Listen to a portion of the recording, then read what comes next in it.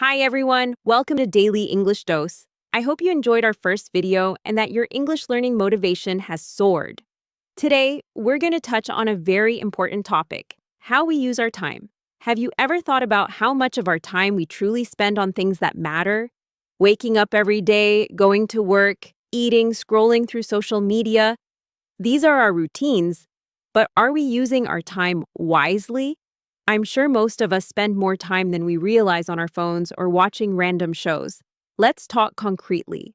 What percentage of your day is dedicated to what truly matters?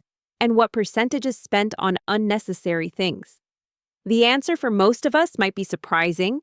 Perhaps 30% is spent on meaningful tasks, and the remaining 70% on things that don't really matter. This is the tricky part. Most of us spend a large portion of our day on autopilot, filling our time with distractions without even noticing. Let me tell you a striking truth. The average person only has about 4,000 weeks in a lifetime. If you're 40, you've already used up more than half of that. That's a real wake-up call, isn't it? I never realized how short life truly is. That's why we're here. We want to help you not just manage your time, but make the most of it. Our goal is for you to walk away from this episode with a new perspective on what truly matters. Have you ever noticed how much slower time felt when you were a kid?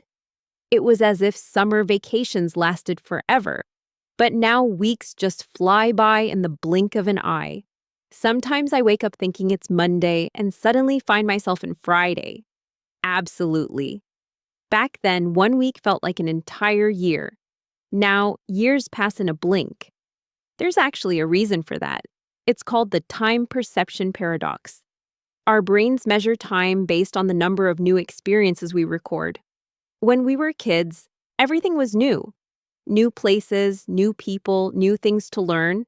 So our brains paid full attention, which made time feel slower. But as we get older and fall into routines, our brains stop recording every little detail. Days blend together and time feels like it's speeding up. It's like driving to a new place where the journey feels longer because you're noticing everything.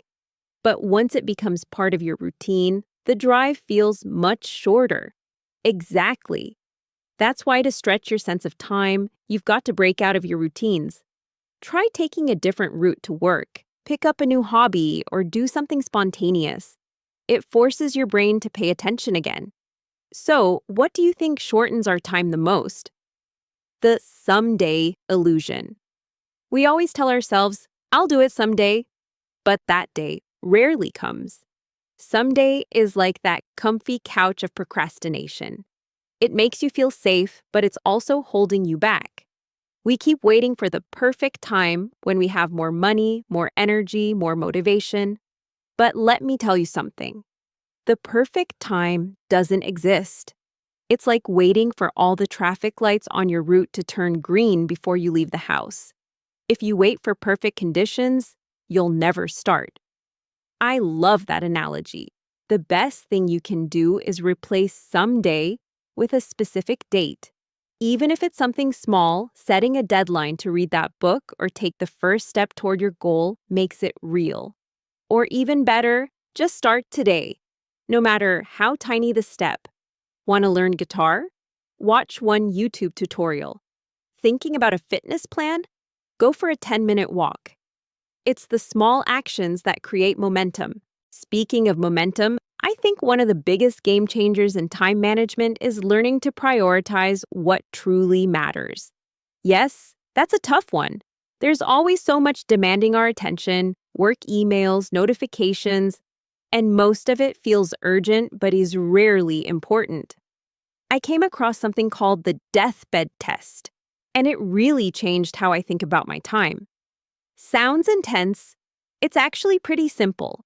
Imagine you're 90 years old, looking back at your life. Will those extra hours you spent on emails and work matter? Or will you cherish the time you spent with family, friends, and doing what you love? Wow, that hits hard. It really makes you think about what matters. It does. And once you figure out your priorities, it gets easier to focus. I follow the top 3 priorities rule. Every morning, I ask myself, What are the three most important things I need to focus on today? Those are my non negotiables. Everything else is secondary. And part of that is learning to say no to time wasters. Trust me, I've had my fair share of wasted afternoons scrolling on social media. Oh, haven't we all? Social media is like this black hole for your time. You go in for just 5 minutes and suddenly, an hour has passed. Yes, and those distractions can drain your focus before you even realize it. One thing that helped me was identifying my top time wasters and setting limits. Same here. I even turned off notifications for social apps, and it's been a game changer. Once I took back control of my time, I had so much more space for things that actually matter. Which brings me to another big lesson. Invest your time in experiences, not things. 100% true. Experiences stick with you forever, but things not so much. I remember when I bought this expensive gadget, I thought I had to have it. It felt exciting for about 2 weeks and then I barely used it. But I can still vividly remember the road trip I took with friends 2 years ago. Same here. I once spent a fortune on a designer bag that now just collects dust. Meanwhile, the weekend cooking class I took with my mom is one of my favorite memories. That's the beauty of experiences. They create stories, not just possessions. One of the biggest lessons I've learned about time is how we treat it compared to money. We obsess over saving money, but we often give away our time without a second thought. Exactly. We wouldn't throw cash into a trash can, but we're fine wasting hours on things that don't matter. The crazy thing is, time is more valuable than money because you can never earn more of it. Yes, I came across this concept called time wealth, which means having control over your schedule. It's not just about financial success, it's about having the freedom to spend your time the way you want. That's huge. I had a friend who landed this high-paying job, but it came with 80-hour work weeks. Sure, she made a lot of money, but she couldn't enjoy it. She had no time for her family, hobbies, or even herself. That's the trade-off, isn't it? Sometimes earning more money means sacrificing valuable time. And before you know it, you're too exhausted to even enjoy what you've earned. So true. The goal shouldn't just be financial success, it should be creating time freedom. Yes, time is like a blank canvas. The more of it you control, the more you can paint the life you want. Another game changer for me was mastering single tasking. I used to be proud of my multitasking skills until I realized it was just making me more stressed and less productive. Oh, I've been there.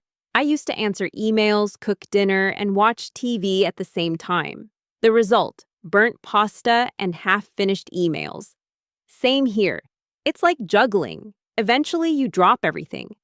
But when I started focusing on one thing at a time, everything became easier and more enjoyable.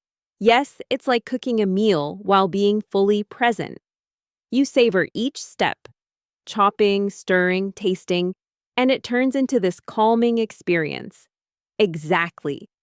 When we're fully focused, we actually enjoy what we're doing and do it better. Speaking of focus, have you ever tried keeping a time log? Oh, yes. I thought I had a good sense of how I spent my time, but when I tracked it for a week, I was shocked. Turns out I spent way more time scrolling through my phone than I realized. Same here. Most people think they're spending their time productively, but the reality can be very different. It's like tracking your expenses. You can't manage your time if you don't know where it's going. Exactly. Keeping a time log for just a week can reveal patterns you never noticed, like how much time gets eaten up by small tasks or distractions. And once you know those patterns, you can make adjustments. I found an extra hour a day just by cutting back on social media. And let's not forget how important rest is. It's easy to think of rest as lazy or unproductive, but it's actually the opposite. Absolutely. Rest is a productivity booster, not a waste of time. It's like recharging your phone. Without rest, you'll eventually crash. I started booking downtime on my calendar, just like I would for a meeting. It's made a huge difference in how focused and energized I feel. That's smart. I've learned that regular reflection is just as important. Taking 10 minutes at the end of the day to ask, did I spend my time on things that matter? Helps me stay aligned with my values and prevents me from getting stuck in autopilot mode. Lastly, I've realized how crucial it is to build time buffers. Buffers are lifesavers. I used to pack my schedule back to back with no breathing room.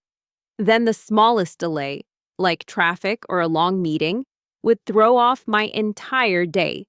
Same here. Overscheduling is like stacking dominoes too close together. One little nudge, and everything collapses. Exactly. Leaving unscheduled time gives you flexibility. It's space to rest, think, or just be spontaneous. And that's where some of the best moments happen. When you leave room for life's surprises. So true.